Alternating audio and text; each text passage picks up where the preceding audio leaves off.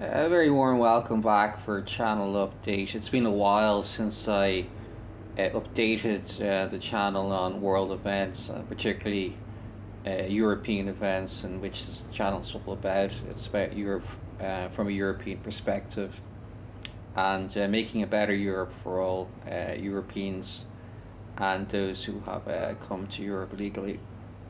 So, some major world events that have affected Europe recently. Obviously, the first thing that comes to mind is the continuance of the Russian Ukraine war, with some major escalatory and events.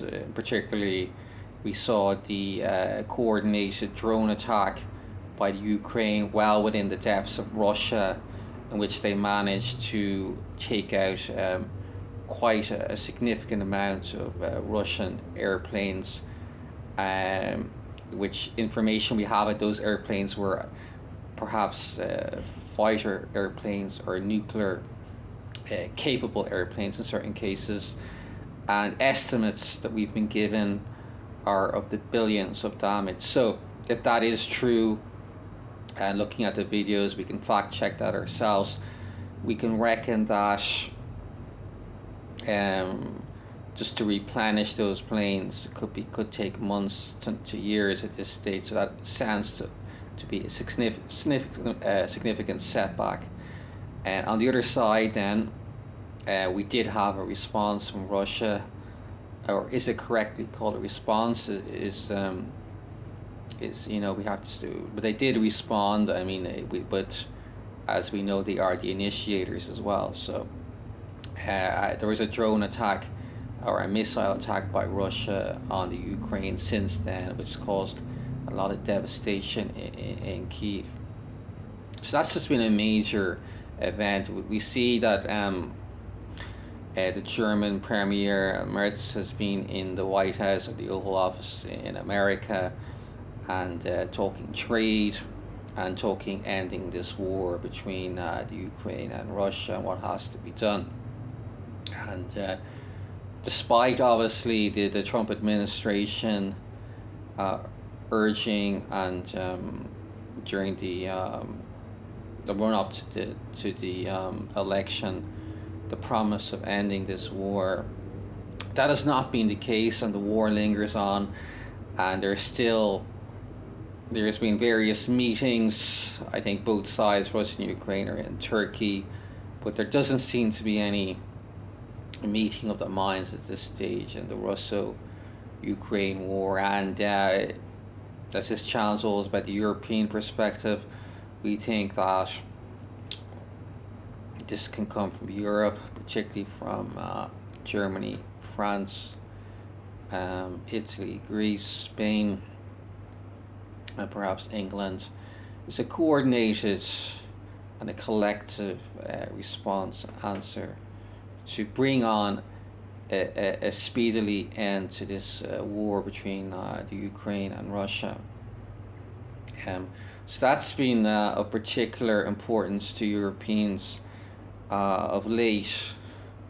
Internationally and worldly, we've noticed various other events which are important to Europe because of various treaties Europe has, NATO, and other alliances that could affect European countries. So I've seen there has been somewhat of an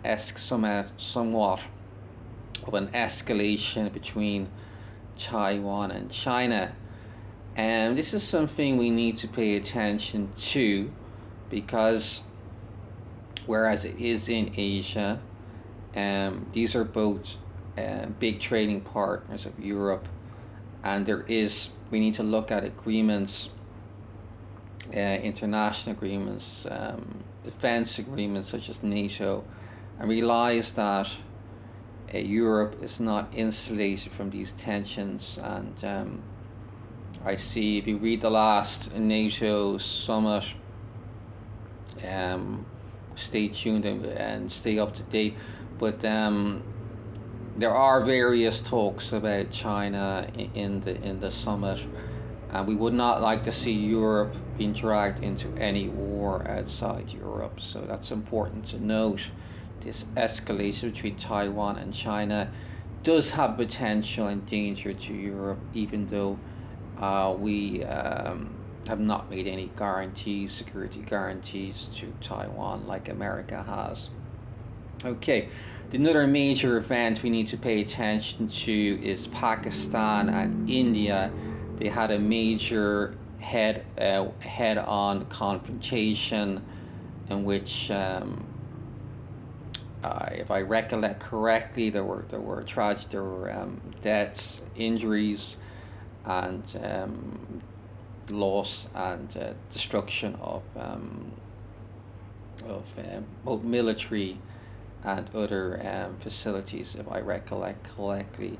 Now, the international community did act, what we say here is right here, to just to calm the tensions between India and Pakistan, as because once again, we would not be insulated from, when we're talking about two major nuclear powers, Pakistan and India. It could get vastly out of control. Even if the war was confined between India and Pakistan, that would affect Europe. So these are the major three things I want to update the channel on, and just the recent tensions between Russia, Ukraine, Pakistan, India, Taiwan, China, and I don't want to leave anyone out, but obviously it was a continuation of this, the Israel, Palestinian, Middle East also crisis, which is ongoing, and there still hasn't been a solution found there either, which is very affecting Europeans, as we see there's whether it's demonstrations on the streets in Europe, and obviously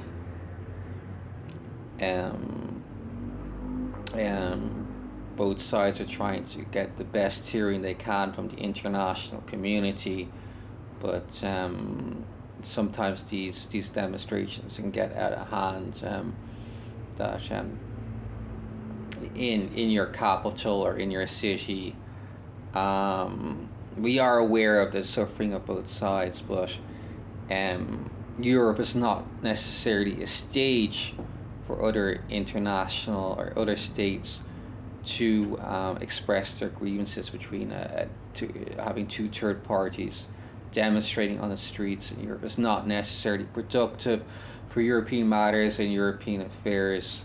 So at this stage we have a number, that's 4 different wars going on, all having the potential to affect Europe, and I think Europe is being smart in redefining and rethinking defense budgets, and while for a long time we could rely on other nations, or it seems at this stage that Europe needs to be smart about defense, strength through military, building up military defense, in my opinion, is the way to go at it. And many European states are doing that, and that is the right thing to do.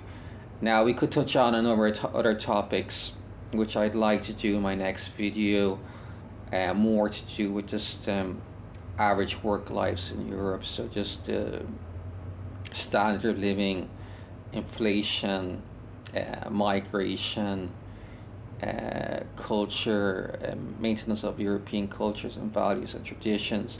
We'll cover that in another video, because that's a huge other topic in which there's been a huge amount of demonstrations in Ireland, in Germany and Italy and Greece, in which the average person is feeling the squeeze, and is feeling that their culture and their way of living is under attack.